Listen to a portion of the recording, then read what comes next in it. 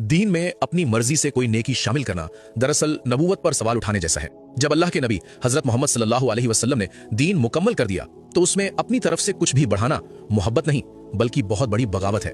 अक्सर हमारे मुआशरे में एक सवाल उठता है और शायद आपके दिल में भी ये बात आती हो कि भाई लोग आजकल हर चीज को बिदत बिदत क्यों कहने लगे हैं। लोग कहते हैं कि अगर हमने नमाज पढ़ ली या कोई खास दिन मना लिया तो इसमें गुनाह क्या है, कोई शराब तो नहीं पी रहे, कोई चोरी तो नहीं कर रहे, कुरान ही तो पढ़ रहे हैं। दिल कहता है कि अगर हदीस में नहीं भी आया और हमने नेकी समझकर कर लिया तो अल्लाह नाराज क्यों होगा। ये वो उलझन है जिसने आज उम्मत के एक बड़े हिस्से को परेशान कर रखा है। लेकिन रुकिए, क्या आपको पता है कि शैतान इंसान को गुनाह करवा कर उतना खुश नहीं होता जितना उसे मन घड़ंत नेकी के रास्ते पर डालकर खुश होता है।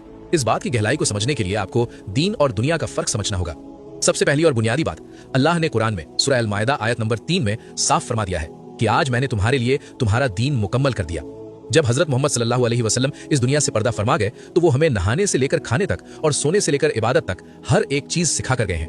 अब ठंडे दिमाग से सोचिए, अगर हम कोई ऐसा खास दिन या खास तरीका अपनी तरफ से तय करते हैं जो हजरत मोहम्मद सल्लल्लाहु अलैहि वसल्लम या सहाबा रज़ियल्लाहु अन्हुम ने नहीं किया तो हम अनजाने में क्या दावा कर रहे हैं। हम ये कह रहे हैं कि नऊज़ बिल्लाह हमारे नबी हमें ये बताना भूल गए थे और हमें आज पता चला है। ये नबी की शान में गुस्ताखी है। और यहाँ एक बहुत बड़ी गलतफहमी दूर कर लें। कुछ लोग दलील देते हैं कि फिर तो मोबाइल चलाना भी बिदत है, कार में घूमना भी बिदत है क्योंकि ये नबी के दौर में नहीं थे। ये बहुत नादान बात है।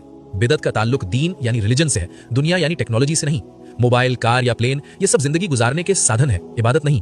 हम मोबाइल को सवाब समझकर इस्तेमाल नहीं करते, लेकिन जब आप किसी चीज को दीन का हिस्सा बनाते हैं, सवाब की उम्मीद रखते हैं और उसे करने का तरीका खुद तय करते हैं जो नबी ने नहीं बताया तो वो बिदत है।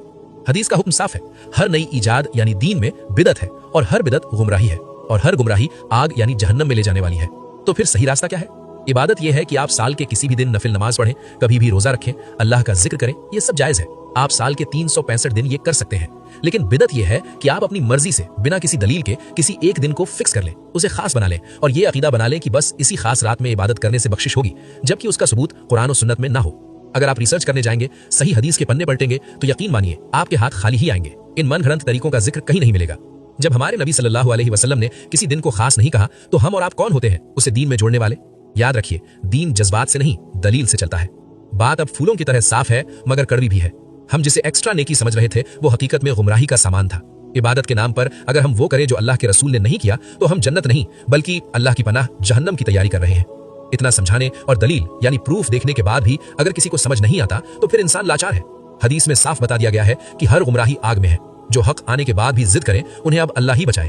हक आ चुका है, फैसला आपको करना है। रिवाज को चुनना है या रसूलुल्लाह सल्लल्लाहु अलैहि वसल्लम के तरीके को। अल्लाह हम सबको ऐसी जिद और गुमराह अकल से पनाह दे और हमें खालिस सुन्नत पर चलने की तौफीक दे। कमेंट्स में सिर्फ आमीन लिखें, शायद किसी एक की दुआ से हम सब की इस्लाह हो जाए।